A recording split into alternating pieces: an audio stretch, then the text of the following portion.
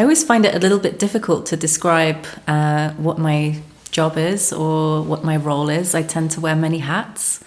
I'm a facilitator and a coach and a creative producer, sometimes a writer, but really a human being who's deeply interested in the intersection between culture and the environment, culture, arts, and our human experience, what it is to be alive today. And so my work has really traversed several different spheres, working in intercultural dialogue and conflict resolution, and then coming round to climate change, and predominantly in that space working with Julie's Bicycle, based in the UK. And now that looks like really delving into the heart of what is leadership for these times, and particularly what is creative and cultural leadership in the climate crisis. Well, it's certainly an interesting topic to explore when we think about what is the contribution of the arts to consciousness about environment and action, because you need leaders. You need leaders who are informed, who are able to cross boundaries. What comes to mind when I ask you that question? What is the contribution of the arts to environmental awareness and action? I think the arts have always played an intimate role in how we relate to the environment, whether that was... And it's interesting because I guess not to get bogged down in definitions, but for me, the arts are really a kind of particular manifestation of culture. And the way that we relate to the environment is cultural, whether that's in the rituals that we use to celebrate the seasons or to mark points in the year. Or ways of thinking about our place in the world, thinking about whether we are an interconnected part of nature, or whether we're separate individuals dominant over nature. Those different worldviews, I think, are shaped by culture, and therefore I think the arts and culture more widely has a huge role to play in shaping our belief systems and values that determine the way that we relate to the environment. And maybe we can touch a bit on the leadership part. What do you think artists and cultural workers need in terms of training for leadership in specifically art and climate change? I think part of the leadership question is about really stepping into and recognizing ourselves, the potential role for the arts and culture. I think part of that leadership role is extending our understanding of ourselves in the arts and culture beyond purely being makers and creators of artistic work, and really connecting the dots for ourselves around how the creative process itself is an extension of an evolutionary process. And that the creative process, when we extend and open that up to other people to participate in, when we take the creative process as an opportunity to empower other people in their creativity, when we apply that to the climate crisis, it becomes really powerful. Because there are so many different dimensions to the climate crisis, but for example, one of them is how, particularly in Western society, we've really become consumers rather than citizens, or consumers rather than creators of our own lives and material realities. And the arts and culture is still very much a place where that kind of active creativity of working with our hands and working with concepts and thinking about ourselves as creative beings beyond our material realities is a very live experience. So I think that's definitely one role in terms of leadership, is really thinking about ourselves as stewards of a paradigm shift from people feeling and seeing themselves as consumers to feeling and seeing themselves as creative citizens. And I think there's several other different dimensions to that leadership, but I guess the foundation of what I'm saying there is the leadership. The leadership challenge is one both of being conscious that how we make and what we make in the cultural sector influences the consciousness of our society, and therefore the cultural paradigm that people are living in and living out their lives through. So that means that the concepts that we present and work with, but also the ways that we behave, the ways that we make work, with what materials, in what spaces, really tells the story of who we are. So I really think cultural leadership connects with, in the climate crisis, connects everything from greening the spaces that we work in to become kind of beacons of what's possible, the possible and emerging future, and also using the creative skills that we have to really facilitate empowerment and change. And I think in terms of training within that, it's really kind of, there's so many dimensions to it. I think fundamentally it really comes down to supporting people who see themselves as pathfinders in what can be a very uncertain landscape. I think creative leadership in the climate crisis often means testing out ways of being or doing things that haven't been tested necessarily before, as much art making is. And that can make people feel quite exposed, quite vulnerable, certainly very alone when they're kind of building an idea or building a movement or trying out some kind of new technology or climate resilient solution for the first time. And so leadership really in these times is about kind of creating a sense of the collective, that actually we're not all individuals doing this alone.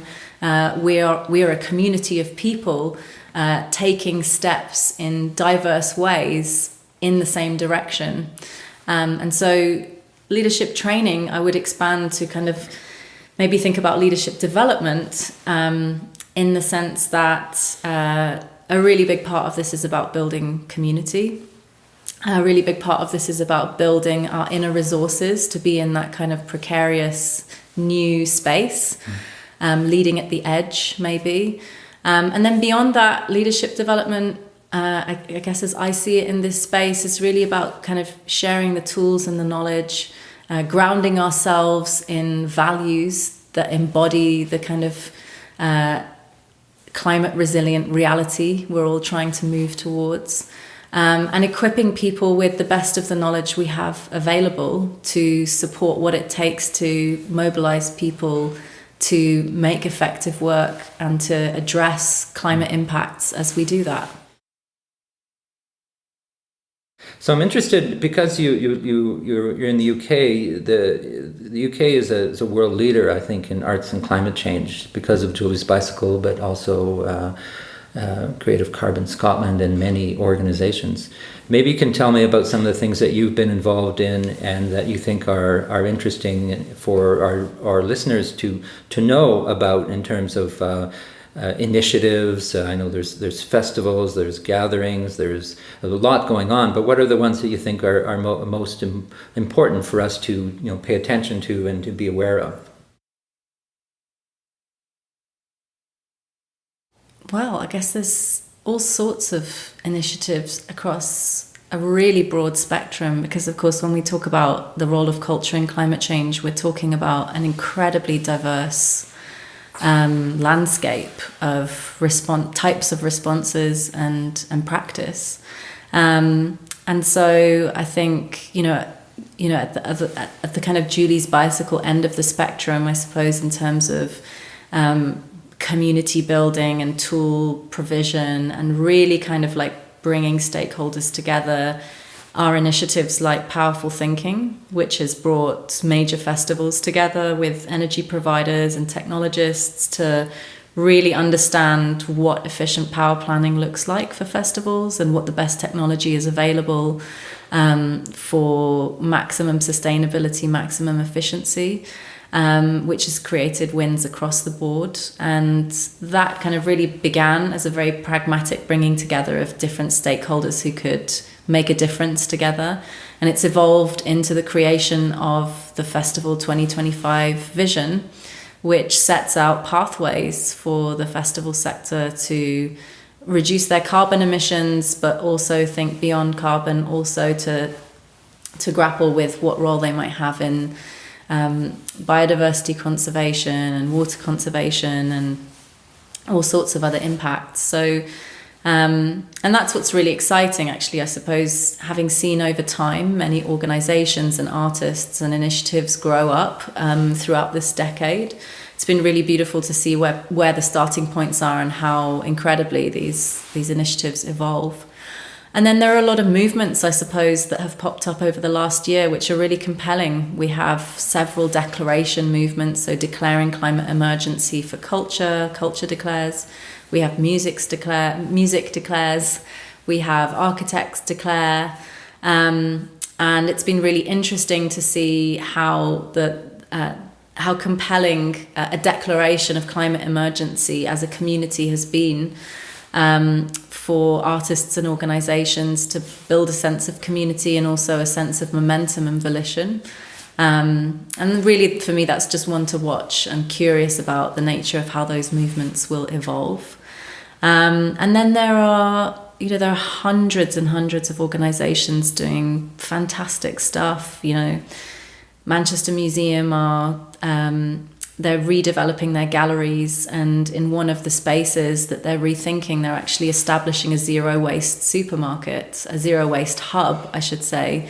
And they have this interesting position on Oxford Road, a busy road in Manchester around the universities, where they're pulling in an incredible diversity of local residents and university students to kind of really imagine what they want this zero waste hub to be, and then to kind of culturally program around that. And that's also being accompanied by a piece of work they're doing around the ethics of care, and the importance of care as a principle as we move into the climate emergency, an age in which we're going to have to take care of each other, whether that's taking care of our mental health. And that really came from a rethinking of what is the role of museums. And we are stewards that care for cultural artifacts and objects, but how can we extend the depth and principles of that care to the environment, to people, to our local ecology, to the atmosphere? And so that's been really interesting thinking, and that's also connected to an organisation and a project, possibly now a movement, called Happy Museum. And they've been working in the museum sectors looking at well-being, bringing museums together to kind of initiate artistic commissions, but also look at organisational change and evolution, so that well-being is a kind of organising principle, whether that's through programming or through how they take care of staff or how they take care of the space and how they take care of their community. And that's produced some fascinating work and practice in the museum sector. Really, I mean, I could go on for hours. There's so much fantastic stuff happening, but maybe that gives you a flavour. All that information is available publicly. It's just good to hear you talk about it, because you have a lot of, your voice is excited about the work that you're doing, I think, and maybe it's also tiring at times because there's a lot of intensity there. But I admire the initiative and the solidarity that artists, and not just in England and the UK, but also in Europe, working together, creating tools that are shared. That spirit of collaboration and cooperation, I think, is infectious in a good way. It is, absolutely. And what's really exciting is also to see artists kind of constantly traversing boundaries as well. Previous CCL participants from Europe include a startup organisation called Trina. And two artists came together to form the organisation to think about how to deal with invasive species in the city. And so they've been working with kind of plant species to kind of make paper, make furniture products, and it's given them access to this whole new landscape of European funding and potential partnerships. And it's just really exciting to kind of see how artists, when they bring vision and bring curiosity and a desire for knowledge to a project, which, you know, is the definition of being an artist in so many ways, but combining it with these very real world environmental challenges are also kind of like paving pathways between different industries and sectors, which is what really needs to happen now. You know, the time we're in is not just about the collaboration between people, it's about a kind of synthesis of different disciplines and silos of industry. And what really excites me when it's happening is to see how cultural organizations as convening spaces, or artists as conveners and facilitators, have the capacity to kind of cut through these silos and kind of closed disciplines to bring people together to innovate, to learn, to, you know, establish new cultural norms together in a way that I really don't see happening often in other sectors. And I think it's a huge potential role that's also misunderstood by most people outside of our sector. So that's a leadership challenge for us, right, to start speaking up and out, and less to ourselves and more to policymakers and industry and local governments and civic organizations, so that, you know, our potential role really can be known and fulfilled. Well, thank you. I was going to ask you, what is a vision for the future, but you just gave me one. Where can this go? Where should this go? How can we, and I say we, the international community, advance this important work? So thank you very much for sharing your thoughts and your experience, and I wish you all the best. Thank you so much for your time. It's been great.